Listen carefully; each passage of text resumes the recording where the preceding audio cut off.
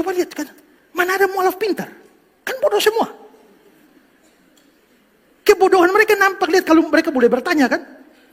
Lihat kemarin debat itu. Mualaf, mantan pendeta, tidak tahu Maria Magdalena itu bukan ibu Yesus. Itu gobloknya kan keterlaluan tuh. Anak sekolah minggu saja tahu itu. Coba itu tanya mana Ibrani. Tanya tuh dia tahu tuh Maria Magdalena tuh bukan ibu Yesus. Tapi mualaf mantan pendeta bisa anggap. Itu kan gobloknya keterlaluan.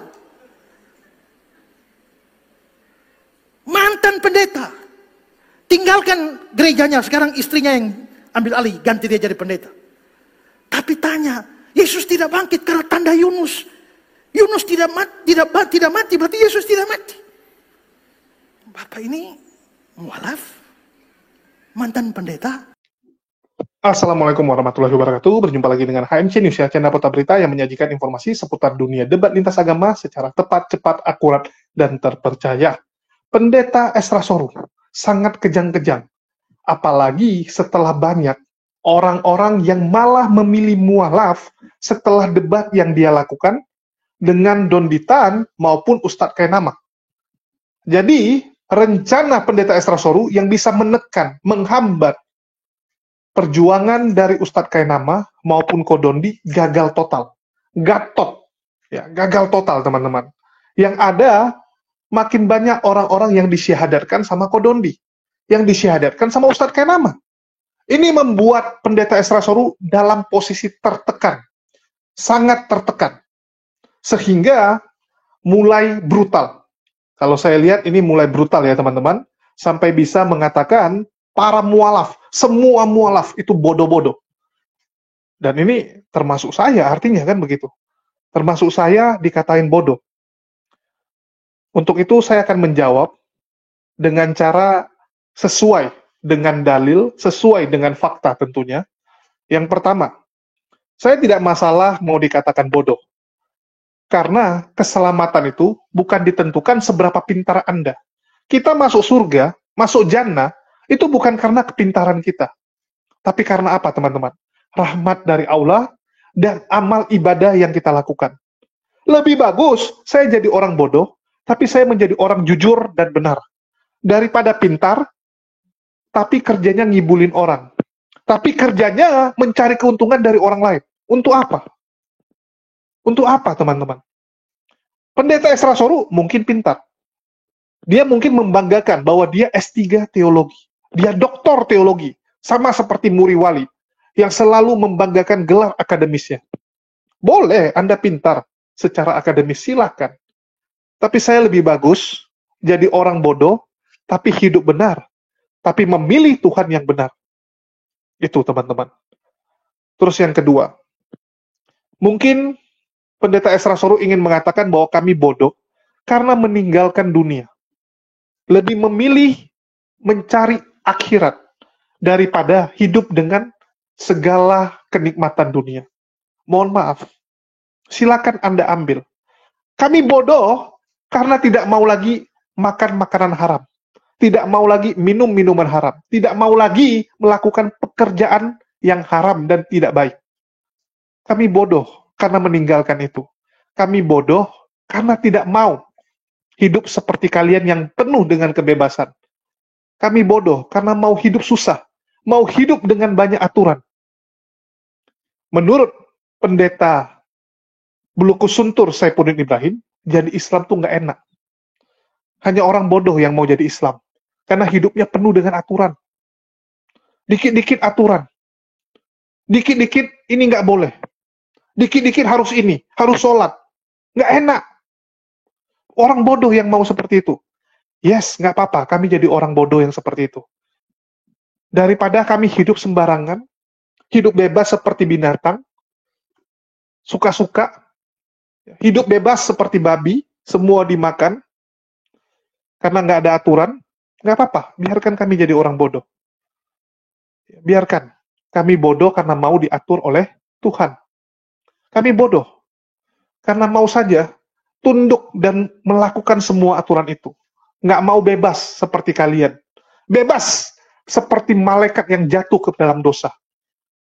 Malaikat yang menjadi setan. Karena apa? Karena mereka mau bebas. Mereka mau hidup suka-suka. Silakan. Itu kalian. Kalau kami nggak apa-apa lah. Ya nggak apa-apa jadi orang bodoh, teman-teman. Dan kita akan melihat perbandingan ya. Mu'alaf dan murtadin. Menurut kalian lebih bagus jadi mu'alaf atau jadi murtadin? Kalian akan bandingkan hidup mereka. Kita kalau bicara bodoh ya sudah, kita sepakat sama pendeta Esra Sorum. Nggak apa-apa kami jadi orang bodoh yang seperti itu. Tapi yang penting hidup kami menjadi lebih baik. Dan kita akan lihat perbandingan mu'alaf dan murtadin. Mana yang menjadi lebih baik? Mana yang lebih menjadi berkat bagi dunia? Mana yang membuat kedamaian dan kenyamanan? Mana yang membuat hati kita menjadi lebih tenang? Mu'alaf atau murtadin? Ini yang perlu kita bandingkan. Karena apapun cerita, kamu mau pintar, kamu mau jenius sekalipun, profesor, punya gelar semua akademis, punya hasil penelitian begitu banyak, tapi hidupmu tidak tenang untuk apa? Hidupmu pasti masuk jurang untuk apa? Untuk apa? Kita mencari apa di dunia ini? Kamu pintar. Berapa lama kepintaran kamu? Saya berani jamin ya, Esra Soru tidak mungkin bisa pintar sampai 100 tahun. Nggak mungkin. Begitu sudah umur 70, kalau sampai 70 ya, kita doakan. Sudah 70, udah mulai pikun. Udah mulai ingatannya lemah. Apakah itu jadi pintar lagi? Enggak. Ujung-ujungnya manusia ini akan lemah kok. Ujung-ujungnya semua kepintaran, semua hafalan, semua yang kamu ketahui akan kamu lupakan juga. Akan kamu lupakan. Saya tanya kepada teman-teman, siapa yang masih ingat pelajaran waktu SMA? Ingat secara detail semua ya. Saya berani jamin, yang kalian pelajari dulu di kuliah, di SMA, yang kalian ingat paling nggak nyampe 10%. 90%-nya lupa. Betul tidak? Apa sih kepintaran itu? Kami nggak butuh. Kami nggak butuh. Kami perlu hidup benar. Kami butuh Tuhan yang benar. Oke, kita bandingkan dulu murtadin dan mu'alaf supaya Esra Soru bisa sadar ya. Mana yang lebih benar, mana yang lebih memberikan ketenangan. Pilihan kalian menjadi muslim itu sudah tepat. Ya. Pilihan kalian menjadi muslim itu sudah tepat. Bukan pilihan yang salah. Karena kalian diberikan hidayah oleh Allah Subhanahu wa taala, itu sangat luar biasa. Karena hidayah itu tidak Allah berikan kepada semua manusia. Ya. Hidayah itu hanya Allah berikan kepada orang-orang yang dikasihi oleh Allah Subhanahu wa taala. Walau syaa rabbuka la amana man fil ardi kulluhum jami'an. Afa anta tukrihun nasa hatta yakunu mu'minin. Kalau Tuhanmu itu mau, ya Pak Haji. Beliau mau menghadiri undangan pernikahan. Silakan Pak Haji Setianto. Kalau Allah itu mau, sebenarnya bisa saja seluruh umat manusia ini jadikan beriman. Bisa nggak kira-kira? Bisa tidak? Tidak perlu ada orang Kristen, orang Hindu, Buddha, semuanya Muslim saja. Bisa? Bisa. Allah mau tidak? Allah tidak menghendaki semua manusia seiman. Kenapa? Karena Allah yang maha kuasa sekalipun tidak memaksakan kekuasaannya kepada manusia ini. Kalau bahasa orang parlemen itu, Allah itu masih demokratis. Ya, Allah demokratis. Allah masih menghargai hak-hak asasi manusia, walaupun itu ciptaan Dia. Allah memberikan kemerdekaan, Allah memberikan kebebasan kepada manusia untuk memilih keyakinannya masing-masing. Maka kata Allah, afa anta tukrihun nasa hatta yakunu mu'minin. Apakah lantas engkau Muhammad akan memaksakan Islam ini kepada manusia sehingga mereka menjadi orang yang beriman? Tidak boleh. Allah tegaskan dalam ayat yang lain, la ikraha fid din, qad tabayyana rusdu minal ghayy. Tidak ada paksaan dalam beragama. Karena sudah nyata perbedaan mana agama yang benar, mana agama yang salah. Jadi kalau ada orang mengkaji konsep agama, saya selalu katakan kepada orang non-muslim, kebetulan saya doktor memang ya, pengalamannya suka debat sama tokoh-tokoh Kristen. Kalian orang non-muslim jangan buru-buru menjustifikasi dulu. Termasuk juga orang Islam. ya, kita membuka diri untuk mempelajari agama lain. Kita ini kan subjektif. Anda mengatakan agama Islam paling benar ya karena Anda lahir muslim, betul tidak? Anda dilahirkan dalam muslim, dibesarkan dalam keadaan Islam, kemudian belajar Islam, lalu Anda meyakini Islam itu agama yang benar, betul? Itu kan masih justifikasi yang bentuknya subjektif, belum objektif. Kita baru menyadari bahwa Islam itu agama yang benar dan satu-satunya agama yang benar ketika kita sudah mempelajari konsep agama lain juga, betul? Ketika kita sudah pelajari konsep agama lain, oh ternyata kata dokter tadi dikaji saintifik dalam Al-Quran, Masya Allah, itu bukan sembarangan. Dan ilmu-ilmu yang semacam ini tidak akan kita temukan dalam konsep agama lain. Tidak ada saintifik dalam Bible itu, tidak ada. Yang ada apa? Ikhtilafan katsira. Apa itu? Kontradiksi. Afala yatadabbaruna al-Quran walau kana min 'indi ghairillahi lawajadu fihi ikhtilafan katsira. Apakah kamu tidak merenungi Al-Quran, tidak memikirkan Al-Quran, tidak mentadabburi Al-Quran? Seandainya Al-Quran itu tidak bersumber dari Allah, pasti kamu menjumpai dalam Al-Quran banyak ikhtilafan katsira, ayat-ayat yang kontradiksi, seperti yang kita jumpai di dalam Bible, betul? Baru kita sadar, oh ternyata Islam itu agama yang benar, betul-betul agama benar, setelah saya membandingkan dengan agama yang lain. Baru mantap iman kita. Saya punya pengalaman pribadi, masuk Islam itu memang belajar dulu. Kita lihat dulu konsep Islam seperti apa. Baru mantap iman kita. Maka saya bilang sama teman-teman, saya tidak pernah jadi mu'allaf. Nggak pernah jadi mu'allaf. Dalam pengertian, begitu saya masuk Islam, kuat iman saya, mantap iman saya. Karena mempelajari dulu. Maka kalau ada orang datang ke saya untuk masuk Islam, oh saya tidak ujuk-ujuk langsung syahadatkan orang itu, tidak mau saya. Karena syarat masuk agama Islam bukan syahadat dulu. Bukan syahadat dulu. Syahadat itu gampang, tidak sampai 1 menit. Coba hitung, asyhadu an la ilaha illallah wa asyhadu anna muhammadar rasulullah. Berapa detik itu? Paling 10 detik selesai. Apakah sudah tuntas? Tidak. Lalu bagaimana orang pindah agama? Oh, yang pertama kali bukan syahadat dulu, harus tasdikun bil qalb, tasdikun bil jinan. Anda harus meyakini dulu kebenaran Islam itu. Kalau Anda sudah meyakini Islam agama yang benar, baru Anda syahadat.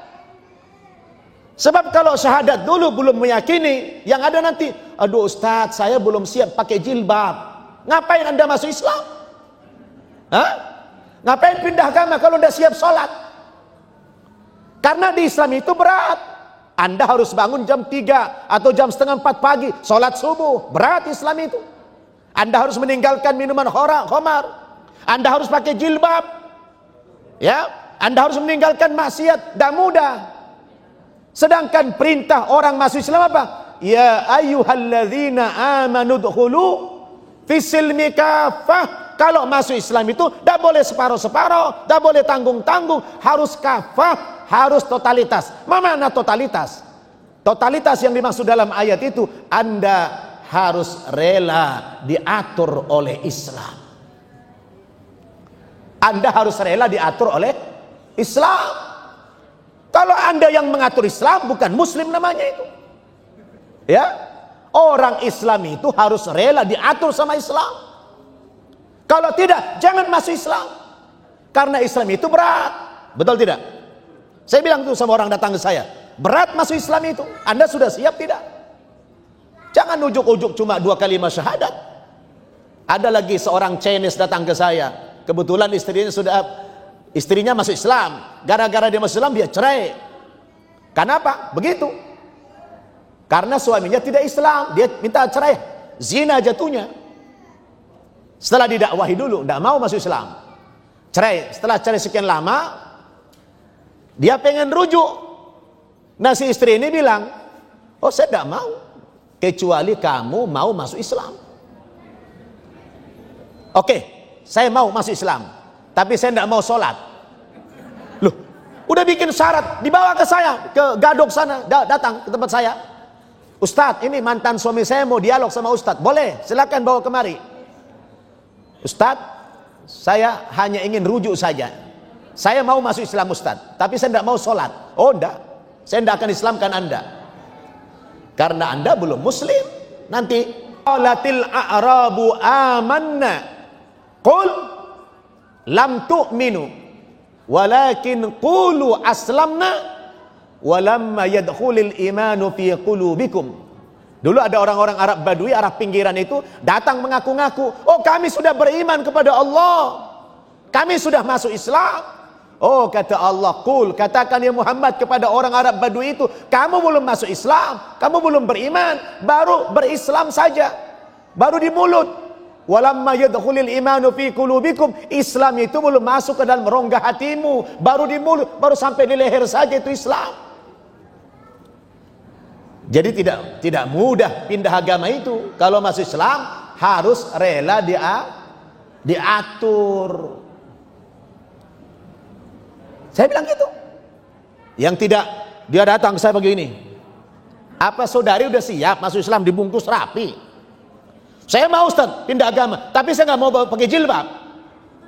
Apa-apa? Kok dia ngatur Islam? Tidak boleh kita ngatur Islam itu. Kita yang harus diatur oleh Islam. Tapi bahasa ini bukan bahasa ekstrem kanan ya. Ini bahasa Islam versi saya begini nih, bukan yang ekstrem kanan nih, bukan yang kaku, bukan, supaya kita berislam itu adalah total. Ya, jadi total itu adalah mau diatur oleh Islam itu. Ya, ini kok agak tegang dikit ini ya. Hah? Jelas ibu-ibu? Jadi kalau sudah masuk Islam itu bukan hanya ke masjid pakai jilbab, bukan hanya sholat, tapi setiap hari pakai jilbab. Ya. Yang begini tinggalkan. Karena Anda semua beruntung, alhamdulillah. Karena tidak semua orang diberikan hidayah oleh Allah Subhanahu wa taala. Saya asli Jambi, tapi kakek saya ada turunan Arab juga, tanah Habaib.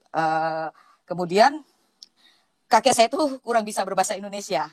Jadi keseharian kami kalau dengan njit, saya njit panggilnya ya Pak ya, Pastor ya. Kalau kakek tuh njit tuh kurang bisa bahasa Indonesianya, kurang fasih. Jadi ketika dari usia 5 tahun saya khatam Al-Quran itu, saya itu, bapak saya sangat menyayangi saya karena keluar biasaan saya dengan Al-Quran ini. Saya bisa mengajikannya. Kalau kita mazmur ya, kalau di Kristen Koptik memasmurkan ayat-ayat itu dengan nada lantunan nada yang luar biasa. Saya pun juara MTQ ketika itu. Saya masih dari kelas 4 sampai kelas 5 waktu itu SD. Saya juara MTQ sampai nasional. Nasional itu tingkat anak-anak. Kalau sekarang itu MTQ itu luar biasa, Pastor. Perkembangannya ada mungkin. Kalau zaman saya itu paling murattal dan tilawah. Kebetulan begitu saya SD kelas 6 itu ada lagi satu masuk tahfiz. Tahfiz itu hafal Al-Quran, penghafal Al-Quran. Nah, tapi waktu zaman saya itu tingkat anak-anak nggak ada, adanya tingkat remaja dan dewasa itu tahfiz. Jadi ada berbagai macam cara melantunkan ayat Al-Quran itu. Nah, kemudian SD saya seperti biasa anak-anak, pagi saya sekolah, sore saya sekolah madrasah waktu itu. Wajib di keluarga saya. Nah, singkat cerita, masuk SMP saya masuk saya masuk sanawiyah, kemudian SMA, baru saya masukkan pesantren sama orang tua saya. Bapak saya sangat berharap sekali di pesantren ini saya bisa melanjutkan kegigihan saya waktu itu, mengupas keagamaan ini lebih dalam lagi, berharap seperti itu. Nah, di pesantren ini saya dididik, ternyata kata Buya saya bilang, ternyata saya masukkan pesantren karena keluarga saya keluarga ini ya, keluarga sufi, keluarga NU kental ya. Nah, walaupun NU kental, akan tetapi mereka tidak serta-merta memahami tapi tidak serta-merta menerima bahwa Yesus ada ilah, Yesus adalah Robbi, itu belum sama sekali. Belum bisa. Sampai saat ini pun belum bisa, walaupun mereka Islam Nusantara, Islam moderat, tapi masih belum bisa untuk menerima hal itu. Begitu berjalannya waktu, saya di pondok pesantren yang radikal sebenarnya, cabangnya itu radikal sekali, anti Amerika, anti Kristen, anti pemerintah kala itu. Nah, saya dimasukkanlah dogma-dogma seperti itu. Ketika saya pulang dari pesantren, pulang ke Jambi, pesantrennya tidak di provinsi Jambi, Pastor, jadi di provinsi lain. Itu saya ceritakan keradikalan saya kepada orang tua. Itu saya sudah pakai cadar waktu itu. Saya pakai cadar itu selama 6 tahun. Iya. Terus bapak saya kaget. Kalau zaman dulu mungkin Pak Yusuf pernah lihat ya, membedakan kalau zaman dulu tuh orang pakai cadar itu aneh ya zaman dulu. Dan orang yang pakai hijab aja tuh cuman beberapa orang saja. Kalau begitu zaman sekarang pakai purha begitu udah wah luar biasa. Itu perbedaan zaman dulu dan sekarang. Saya nggak tahu bisa berbalik 180 derajat. Bapak saya kaget. Kenapa kamu jadi begini, kata gitu. Saya ceritakan, wah begitu luar biasa saya menceritakan keradikalan saya, anti Amerika, anti pemerintah, anti segala macam. Itu bapak saya kaget. Saya salah masukkan kamu pesantren kayaknya. Akhirnya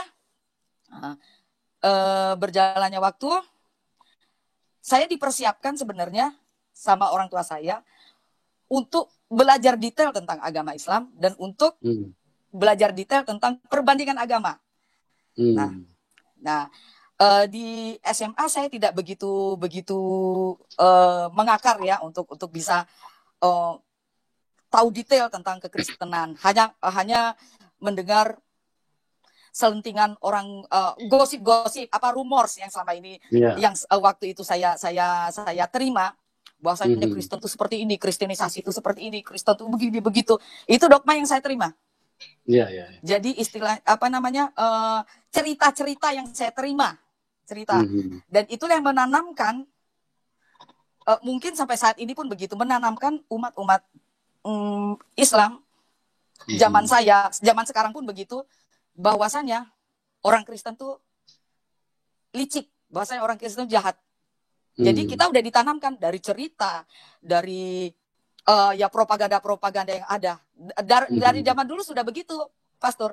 Zaman sekarang lebih luar biasa lagi saya lihat ya. Tapi puji Tuhan, Kristen itu semakin diinjak, semakin mengakar dan bertumbuh, saya lihat. Amin. Haleluya. Dan itu saya rasakan ketika saya mendengar teman saya pelayanan di Jambi itu bilang, sudah, kalau zaman saya dulu, orang, gereja itu susah sekali bertumbuh di Jambi. Sekarang luar biasa, di mana-mana ada.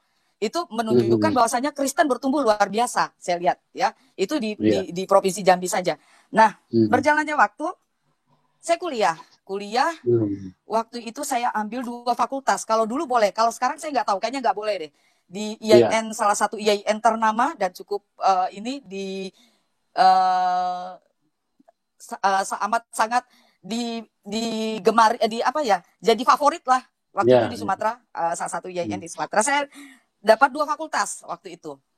Satu fakultas Usuluddin, perbandingan agama, kemudian fakultas Adab Sastra Arab waktu itu. Nah, disinilah bermulanya Tuhan, saya mengenal Tuhan. Awalnya di situ di tahun 95 itu, karena kami belajar Kristologi, Pastor ya. Zaman saya itu 18 SKS, tapi saya cuma dapat berapa SKS karena berapa semester saya lari. Saya memutuskan untuk tidak lagi ini. Nah, di situ saya baru menemukan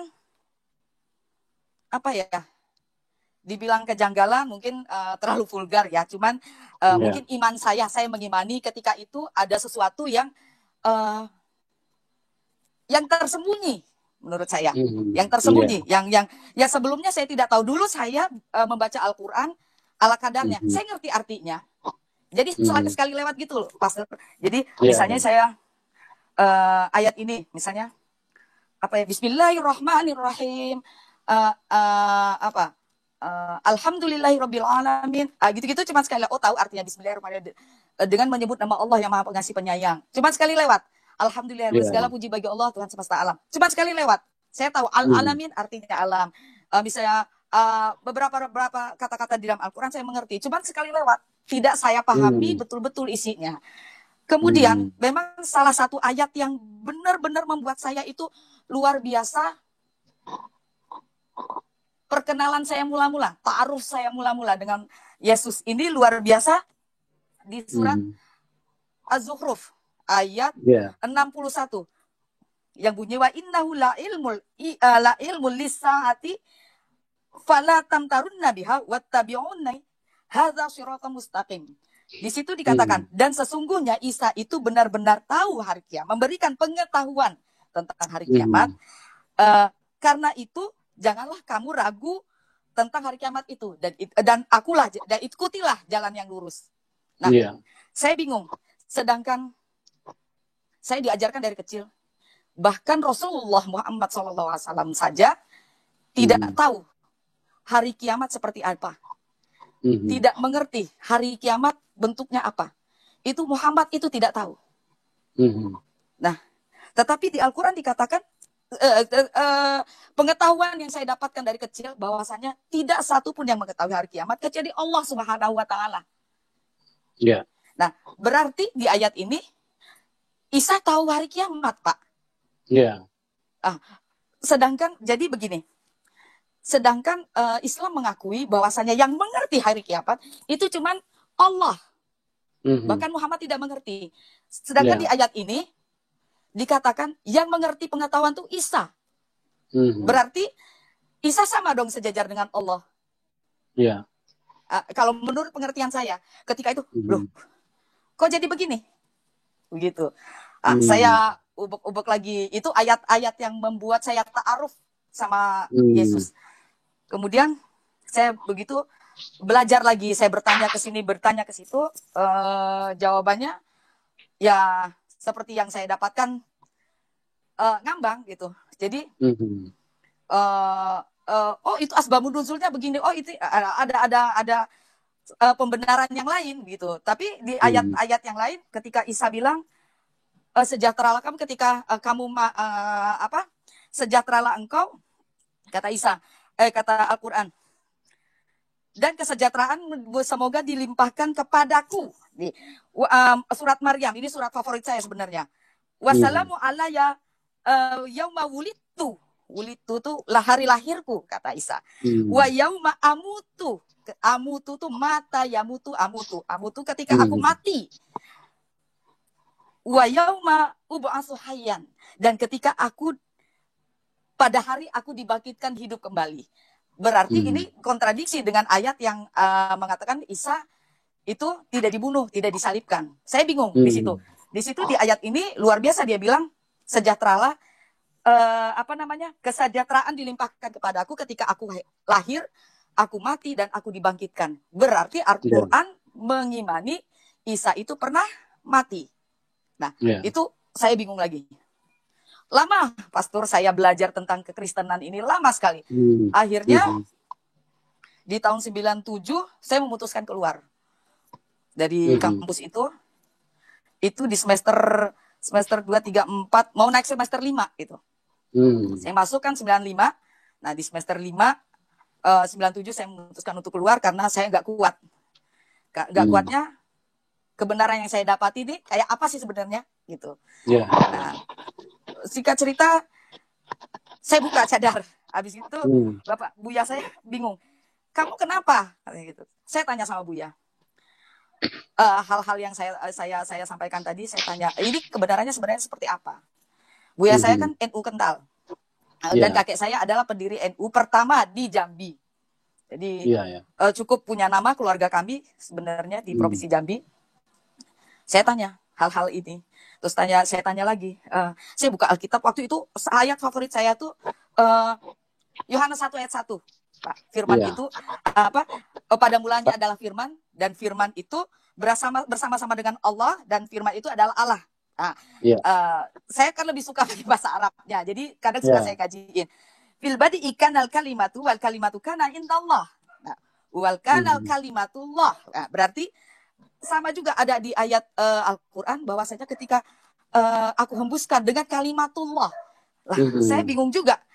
ini berarti kedudukannya sama gitu loh. Iya. Nah, akhirnya saya dialog dengan Buya bilang, Buya juga akhirnya dialog panas, sempat panas, begini, bukan, begini. Nah, akhirnya ketika mentok di situ, wallahu a'lam bishawab, al-iman fi qalbiki wa fikriki. Dia bilang, saya ingat sekali, iman itu di hati dan pikiranmu. Nah, jadi iman, ketika kita beriman hanya spiritnya saja. Saya ingat kata-kata saya punya teman yang dari pesantren kemudian jadi murtad juga. Tim kami ini, tim saya penginjilan juga. Itu Ustadz, beliau ini, kami manggil Ustadz. Iman itu ketika kita bicara tentang spiritnya saja, ente jadi dukun. Tapi ketika kita bicara pengetahuan saja, ente jadi ateis. Jadi semua harus selaras. Makanya saya ingat ke pesan terakhir Buya saya itu, al-iman fi qalbiki wa fikriki. Di situ saya lihat ternyata benar. Tapi di situ saya belum yes, saya pegang engkau Tuhan Yesus dan saya percaya engkau. Belum.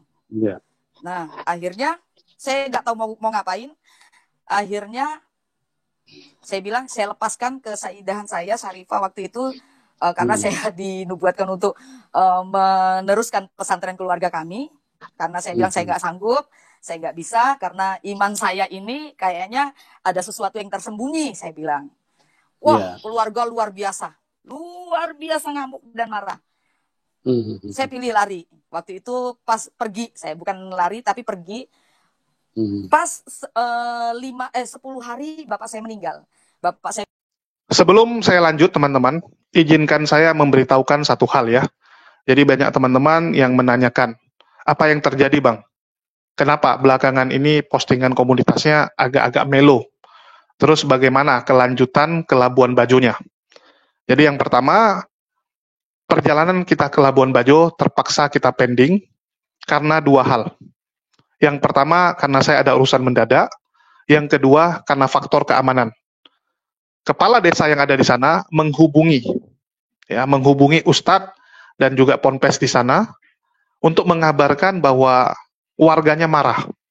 Warganya marah karena dianggap ini menyinggung. Karena dianggap yang akan datang ini adalah orang yang bisa menimbulkan perpecahan. Apalagi saya dituduh akan melakukan islamisasi di Labuan Bajo. Lucu ya, saya baru tahu bahwa saya sekarang jadi misionaris Islam. Karena setahu saya nggak ada misionaris Islam. Jadi saya dituduh akan melakukan islamisasi dan mereka menolak hal tersebut. Padahal saya kemanapun nggak pernah bawa-bawa agama. Kita selalu bawa tentang kemanusiaan. Kita selalu bawa tentang membantu orang. Bahkan saat kita melakukan Jumat Berkah, kita nggak pernah melakukan islamisasi, beda dengan mereka. Tapi ya sudah, ini kan tuduhan karena fitnahan-fitnahan yang dibuat oleh Polycarpus tentunya, sehingga warga di sana termakan fitnahan tersebut. Kita maklumi. Jadi kita pending sampai kondisinya memungkinkan. Dan insya Allah dalam waktu dekat. Terus apa nih? Hal urgent yang membuat abang mempending ke Labuan Bajo. Jadi gini teman-teman. Mungkin teman-teman tahu ya, yang ikut saya sudah lama, bagaimana Polycarpus ini begitu ngebet untuk mencelakai saya. Segala cara mereka lakukan untuk melenyapkan pribadi saya, maupun menghentikan perjuangan saya. Karena saya dianggap sebagai batu sandungan bagi mereka. Bahkan saya berkali-kali ditegur, dikatakan, lu mau debat aja, jangan bongkar-bongkar. Lu mau debat silakan. Tapi jangan gunakan tangan pendeta, tangan organisasi Kristen untuk menampar Kristen sendiri. Kamu mengadu domba. Kamu menghancurkan kami dari dalam. Apalagi waktu kita memviralkan Erastus Sabdono. Ya, kita viralkan Gilbert Lumondong. Sekarang kita viralkan Dr. Yonatan Purnomo. Nah, mereka tuh marah sekali. Mereka sangat marah. Dan tahun lalu, teman-teman, ini channel utama saya. Dan mungkin teman-teman yang belum tahu, saya kenalkan, ini channel utama saya. Ini sudah disita oleh pihak kepolisian dari tahun lalu. Nih, 1 tahun lalu. Video terakhirnya 1 tahun lalu semua. Ya, sudah setahun lebih. Ini tidak bisa saya pakai, dan sampai detik ini belum dikembalikan. Sampai detik ini belum dikembalikan. Lucu sekali. Sudah setahun. Ya, sudah setahun. Dan sekarang pun, mereka berencana untuk melakukan hal yang sama, untuk menghentikan channel Jadir HMC ini. Ya, kembali, cara yang sama dilakukan, di mana karena viral Yonatan Purnomo, terus hal-hal yang saya lakukan, saya kembali dipanggil, teman-teman. Ya, saya kembali dipanggil, dan kalian bisa lihat, Senin 19 Agustus kemarin. Oke? Nih. Diskrimsus Polda Sumut. Ya, jadi segala cara mereka lakukan seperti biasa. Dan saya tahu bahwa memang tujuannya itu adalah menghentikan perjuangan kita. Ya, mereka niatnya tuh ya kalau bisa lenyapkan kamu, kalau nggak bisa lenyapkan kamu ya hentikan. Selalu seperti itu. Jadi mohon doanya teman-teman, dan bagi teman-teman yang tergerak untuk membantu, karena tentu saja perjuangan ini nggak gampang teman-teman, harus saya sampaikan, kalau bisa saya lakukan sendiri, saya akan lakukan sendiri. Tetapi karena ini sangat berat, saya nggak bisa pikul sendiri, saya berharap teman-teman dapat membantu meringankannya, apalagi kita ini domisili Jakarta, dikerjain dengan dipanggil ke Medan, bolak-balik. Belum lagi kita bawa pengacara juga butuh biaya. Jadi bagi teman-teman yang tergerak membantu, dapat disalurkan melalui nomor rekening yang ada di bawah ini. Dan kalaupun channel Jadir HMC mengalami yang serupa, kita pastikan kita akan terus berjuang, karena saya yakin, kebenaran itu bisa diserang, bisa coba untuk ditutupi, tapi kebenaran tetap akan menemukan jalannya. Kebenaran tetap akan menemukan jalannya. Ini teman-teman harus garis bawahi. Jadi buat Laskar Polikardus, silakanlah kalian melakukan segala cara, karena memang di tempat kalian mungkin diperbolehkan, ya, diperbolehkan untuk menggunakan segala cara seperti itu. Jadi yang penting itu apa teman-teman? Hidup benar, memilih Tuhan yang benar, tahu apa yang dilakukan. Jadi orang pintar-pintaran juga nggak enak. Saya kadang teman-teman ya, saya lihat orang-orang yang hidupnya itu nggak banyak pikiran, ya nggak perlu harus ngerti ini itu jauh lebih nikmat. Jauh lebih nikmat. Kalian lihat ya, orang-orang yang tinggal di daerah, di kampung. Ya, dia nggak banyak pikiran. Yang penting apa? Kerja, ya, bagus-bagus dengan keluarga, ada rezeki naik haji. Udah, sesimpel itu. Hidupnya nyaman. Daripada ini dipikirin, itu dipikirin ya. Stres. Lebih stres. Orang yang terlalu pintar, itu juga nggak bagus. Dia bingung, waduh ini hasil penelitian saya ini belum jadi nih, aduh mau penelitian nggak ada duit, dari mana biayanya? Pening ini, pening itu. Ini kok gagal lagi, penelitian saya kok gagal lagi. Pusing. Lebih bagus hidup ya, seperti orang bodoh, tapi benar. Benar. Saya berkali-kali udah bilang, kita tuh masuk surga bukan karena kepintaran kita. Oh, saya hafal bahasa Ibrani, saya bisa bahasa Aramaik, saya bisa bahasa Syria, ya, saya bisa bahasa Yunani dan sebagainya. Artinya saya masuk surga? Enggak, disepak kamu teman-teman. Disepak. Yang penting itu kamu hidupnya, amal ibadahmu. Amal ibadahmu. Terus yang paling terutama, tentu saja kamu punya tiketnya. Tiket masuk surga yaitu apa? Menyembah kepada Tuhan yang benar. La ilaha illallah wa asyhadu anna Muhammadar Rasulullah. Kalimat syahadat. Itu tiket utamanya. Baru kamu harus menunjukkan hasil selama kamu di dunia kamu ngapain aja. Apa yang sudah kamu lakukan? Apakah kamu akan masuk surga atau neraka? Ya itu ditentukan. Kalau kamu hidupnya seperti Esra Soru, penuh kebencian. Ya kita lihat bagaimana Esra Soru itu kalau ketemu mualaf tuh kayak pengen diterkam. Ya pengen terkam orang teman-teman. Nggak ada kedamaiannya. Menurut kamu hidup seperti itu menyenangkan? Menyenangkan hidup seperti itu. Contoh Fatimah sedekah.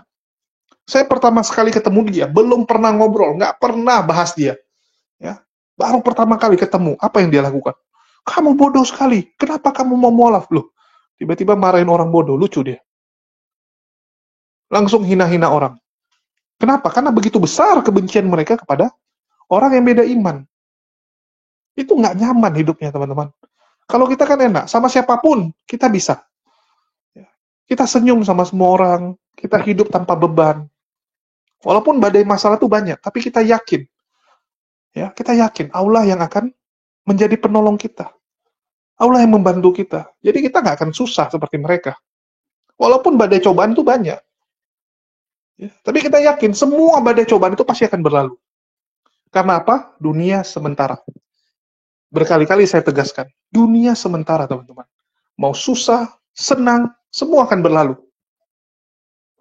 Kalian pasti rasakan juga. Ini baru liburan nih. Wah, liburan 2 minggu, jalan-jalan. Ya, pergi ke Bali, ya, pergi ke Malaysia.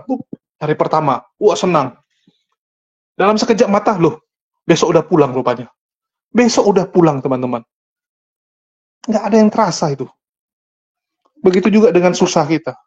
Susah hidup, wah nggak ada duit. Ya, lagi nggak ada uang. Cuman makan nasi putih sama garam, sama kecap, sama kerupuk. Nggak terasa. Udah 1 bulan juga kita hidup seperti ini. Bentar lagi udah gajian lagi. Aman, kan begitu. Nggak terasa kok. Yang penting semua dinikmati, disyukuri. Disyukuri, teman-teman. Jadi, kita itu punya Tuhan yang benar, maka kita nggak takut. Tapi Esra Soru, hidupnya penuh dengan pening, ya. Hidup dengan tekanan, bagaimana ingin menyenangkan jemaatnya, bagaimana menjawab jemaatnya yang mempertanyakan, kenapa banyak yang mualaf, Pak Pendeta? Kenapa banyak yang memilih keluar dari Kristen? Bagaimana kita? Wah, pening dia dengan seperti itu. Ya, begitu pening, apa yang terjadi? Memarahi orang sembarangan. Memarahi orang sembarangan. Apa nikmatnya seperti itu? Coba saya tanya, apa nikmatnya? Lebih bagus hidup seperti kita, kan? Hidup seperti kita. Itulah saya bilang, kalau mau lihat, ya, mau lihat bagaimana manusia, bagaimana orang-orang yang hidupnya nyaman, lihatlah orang-orang Islam. Nggak pusing dia. Karena dia punya Tuhan yang benar. Jadi itu aja sih yang mau saya sampaikan. Dan di sini kita belajar ya, bahwa Pendeta Esra Soru itu cuma bisa kejang-kejang, cuma bisa marah-marah, karena tekanan, karena stres. Dan kita maafkan. Yang paling penting kita maafkan. Dia mau marahin kita apapun, kita maafkan. Karena kita tahu bahwa dia lagi stres, bahwa dia lagi dalam tekanan. Orang yang sudah dalam tekanan, dia akan brutal. Itu hukumnya memang seperti itu. Kalau orang dalam tekanan, dia akan brutal.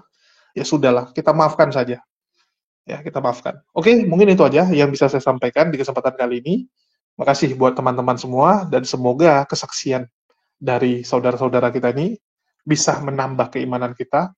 Ada hal yang bisa kita petik, baik yang murtad maupun yang mualaf. Dari yang murtad kita belajar untuk jangan terjatuh seperti mereka. Apalagi kita lihat kesaksiannya apa. Wah, keturunan Habib. Wah, luar biasa ya. Keturunan Habib itu yang dia jual. Juara MTQ nasional. Juara MTQ nasional, tapi nggak ada beritanya, teman-teman. Kita cari namanya, nggak ada. Siapa ini, kan begitu. Bahkan temannya, yang satu angkatan, sama-sama ikut lomba MTQ juga nggak ada yang kenal dia. Nggak ada satupun yang bersuara. Ini siapa sebenarnya? Oke. Yang kita tahu, bahasa Arabnya lancar ya karena dia pernah jadi TKW. Pernah jadi TKW di Arab. Bukan pernah juara MTQ. Itu yang fix. Itu faktanya. Kan begitu. Terus dia pelintir ayat Quran. Yang paling luar biasa inilah, saya paling bingung lihat mereka ini ya. Suka sekali memelintir ayat. Dia bilang apa? Wah, saya ikuti Yesus atau Isa itu gara-gara ya dikatakan di surat Az-Zukhruf 61. Wah, ini paling sering dipakai sama mereka. Bahwa Isa mengetahui hari kiamat. Isa mengetahui hari kiamat. Itu yang dia jual. Mereka kalau ketemu dengan umat muslim awam, itu yang dia jual. Lu tahu nggak? Nabi Isa tuh tahu loh hari kiamat. Artinya dia tuh Allah. Karena yang tahu hari kiamat cuma Allah. Sejak kapan Az-Zukhruf mengatakan Nabi Isa mengetahui hari kiamat? Jelas-jelas dikatakan bahwa dia hanyalah pertanda. Dia menjadi pertanda akan datangnya hari kiamat. Janganlah sekali-kali kamu ragu tentang hari kiamat itu. Dan ikutilah petunjukku. Inilah jalan yang lurus, Shirathul Mustaqim. Ya. Jadi aneh sekali kalau ini dipelintir, terus dicoba untuk meyakinkan umat muslim. Ya mungkin yang nggak pernah baca Quran, yang nggak tahu, itu gampang dibodohi. Dan itulah target mereka. Saya kemarin tuh ngobrol dengan mantan murtadin. Dan dikasih tahu, memang ada ayat-ayat itu yang memang mereka selalu gunakan untuk mengelabui umat muslim yang awam. Selalu. Ya, gunakan ayat itu untuk mengelabui orang. Luar biasa memang mereka ini. Terstruktur. Terstruktur mereka. Oke, mungkin itu aja yang mau saya sampaikan. Kalian yang nilai sendiri. Makasih buat teman-teman semua yang udah nyimak dan mendukung channel ini. Ya, makasih buat semuanya. Di akhir kata saya ucapkan wassalamualaikum warahmatullahi wabarakatuh. Sampai jumpa di lain kesempatan.